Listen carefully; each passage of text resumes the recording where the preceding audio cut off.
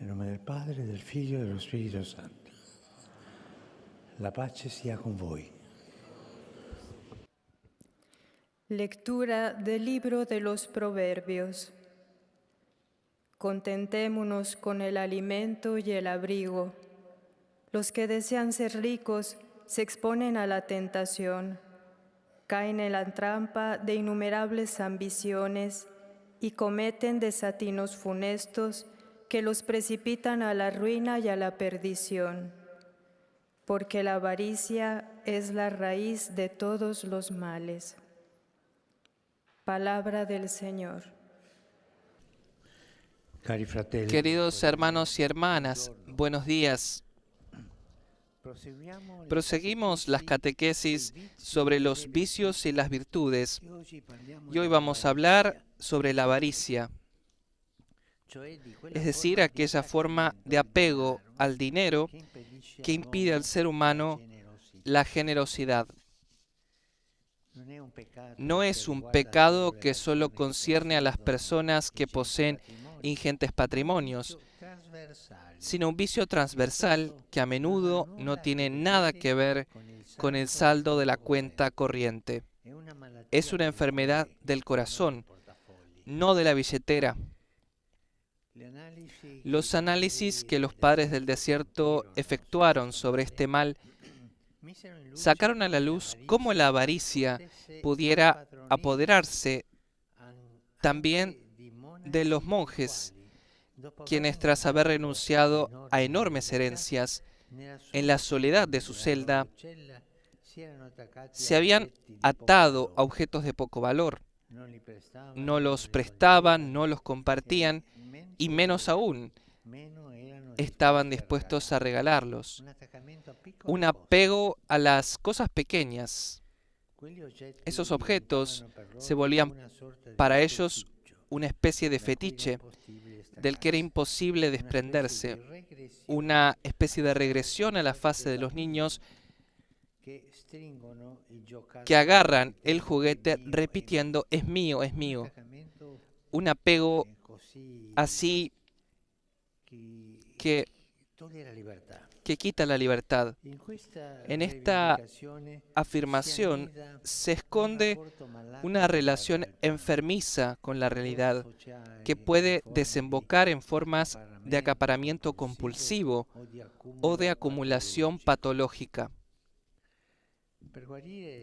Para curarse de esta enfermedad, los monjes proponían un método drástico, pero sin embargo muy eficaz: la meditación de la muerte. Por mucho que una persona acumule bienes en este mundo, de una cosa estamos absolutamente seguros: de que no cabrán en el ataúd. Nosotros no podemos llevarnos con nosotros los bienes. Aquí se revela el sentido de este vicio, el vínculo de posesión que construimos con las cosas es solo aparente, porque no somos nosotros los amos del mundo. Esta tierra que amamos no es en verdad nuestra, y nos movemos por ella como extranjeros y peregrinos. Estas simples consideraciones nos hacen intuir la locura de la avaricia, pero también su razón más recóndita. Es un tentativo de exorcizar el miedo de la muerte. Busca seguridades que en realidad se desmoronan en el mismo momento en que las agarramos. Recuerden la parábola del hombre necio, cuyo campo había ofrecido una cosecha abundante, y por eso se adormece pensando en cómo agrandar sus almacenes para colocar toda la cosecha. Ese hombre había calculado todo, había planeado el futuro. Sin embargo, no había considerado la variable más segura de la vida, la muerte. Necio, dice el Evangelio, esta misma noche te será demandada tu vida, y las cosas que preparaste, ¿para quién serán? En otros casos, son los ladrones quienes nos prestan este servicio. Incluso en los evangelios tienen un buen número de apariciones, y aunque sus acciones son censurables, pueden convertirse en una amonestación saludable. Así lo predica Jesús en el Sermón de la Montaña: no acumulen tesoros en la tierra, donde la polilla y la herrumbre los consumen, y los ladrones perforan las paredes y los roban. Acumulen, en cambio, los tesoros en el cielo, donde los ladrones no roban. Siempre en los relatos de los padres del desierto se cuenta la historia de un ladrón que sorprende al monje mientras duerme y le roba los pocos bienes que guardaba en su celda. Cuando despierta, nada turbado por el incidente, el monje se pone tras la pista del ladrón y una vez que lo encuentra, en lugar de reclamar los bienes robados, le entrega las pocas cosas que le quedan diciéndole: te olvidaste de llevarte esto. Nosotros, hermanos y hermanas, podemos ser señores de los bienes que poseemos, pero a menudo ocurre lo contrario.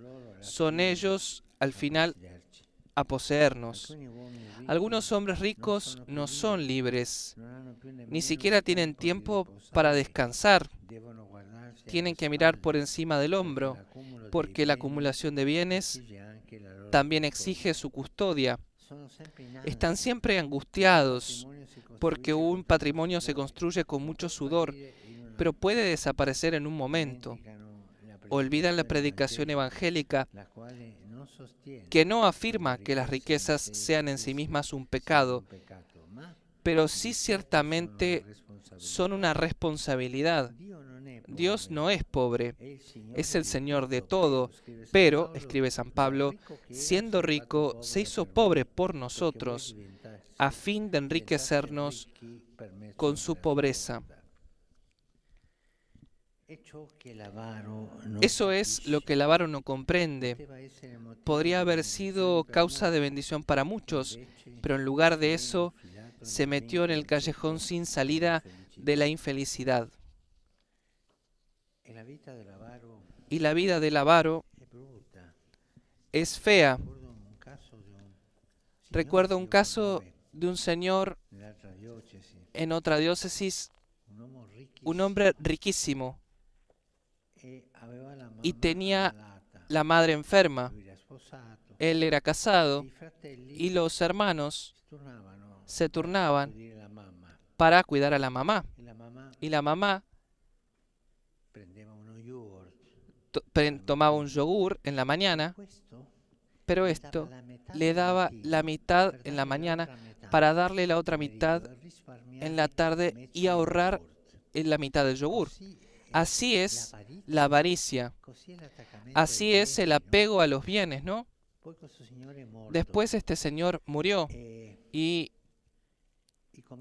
los comentarios de las personas que fueron al velorio era esto, pero se ve que este hombre no tiene nada ahora, le dejó todo. Y después decían, no podían cerrar el ataúd porque quería llevarse todo con él. Y esto hace reír a los demás, la avaricia, que al final tenemos que dejar de dar nuestro cuerpo, nuestra alma al Señor. Tenemos que dejar todo. Estemos atentos y seamos generosos con todos, generosos con los que tienen más necesidad de nosotros. Gracias. Queridos hermanos y hermanas, en la catequesis de hoy reflexionamos sobre el vicio de la avaricia.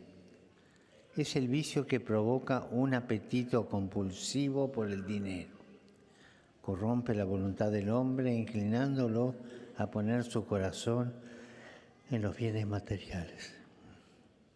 La presencia de este vicio en cada uno de nosotros no depende de la cantidad de riquezas o del valor de los objetos que deseamos.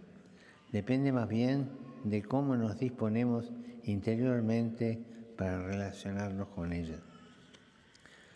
Los santos monjes del desierto proponían un remedio eficaz para escapar de las garras de la avaricia.